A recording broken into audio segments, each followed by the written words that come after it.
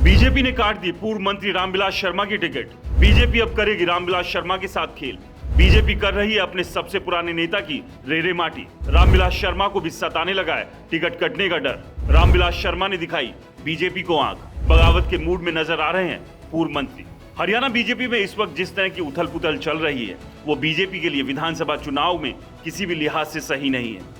हरियाणा विधानसभा चुनाव में वैसे ही बीजेपी की हालत बहुत ज्यादा अच्छी नहीं है। ऐसे में पहली लिस्ट जारी करने के बाद जिस तरह से एक के बाद एक बगावती सुर और बगावत बीजेपी को देखनी पड़ रही है, उससे बीजेपी के माथे पर भी पसीने आ गए हैं।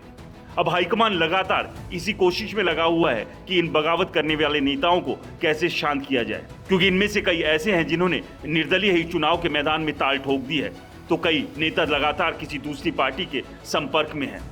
और इतना ही नहीं, कईयों ने तो खुलकर कह दिया है कि वो चुनाव के दौरान बीजेपी का खुलकर विरोध करेंगे। ऐसे में अगर ये विरोध होगा और ऐसे में निर्दलीय बीजेपी के ही नेता चुनाव लड़ेंगे तो जाहिर सी बात है जो बीजेपी के नंबर पहले से ही कम है वो नंबर और ज्यादा कम हो जाएंगे। इस सब के बीच पूर्व मंत्री और प्रदेश अध्यक्ष रामविलास शर्मा ने भी अपने कार्यकर्ताओं की बैठक अपने घर पर बुलाई है, क्योंकि रामविलास शर्मा को भी इस बात का डर है कि दूसरी लिस्ट जब आएगी तो उनकी टिकट भी कट सकती है। अपनी कटती हुई टिकट के डर से रामविलास शर्मा ने अपने समर्थकों के सामने जहां एक तरफ बीजेपी की तारीफ की तो वहां खुलकर आंख दिखाते हुए बगावती सुर भी उनके देखने और सुनने को मिले। रामविलास शर्मा ने साफ कर दिया कि वो उस वक्त से पार्टी के साथ है जब पार्टी का कोई प्रदेश में नाम लेने वाला भी नहीं था। 55 साल से वो पार्टी की सेवा कर रहे हैं, ऐसे में उन्हें कोई भी मिटा नहीं सकता है। और अगर ऐसा होता है तो जाहिर सी बात है कि रामविलास शर्मा कोई बड़ा कदम उठा सकते हैं। रामविलास शर्मा ने इस दौरान पार्टी की तारीफ के साथ साथ प्रधानमंत्री नरेंद्र मोदी और राविंदरजीत सिंह की भी तारीफ की।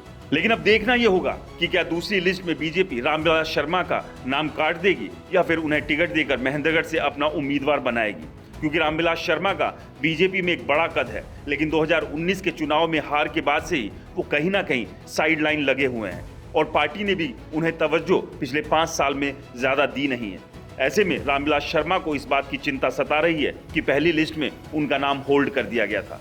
तो आपको क्या लगता है, रामविलास शर्मा की अगर टिकट कटती है तो क्या उन्हें निर्दलीय चुनाव लड़ना चाहिए? हमें कमेंट्स कर जरूर बताएं। रिपोर्टर जी चैनल को सब्सक्राइब नहीं किया है तो दोस्तों चैनल को सब्सक्राइब करना ना भूलें।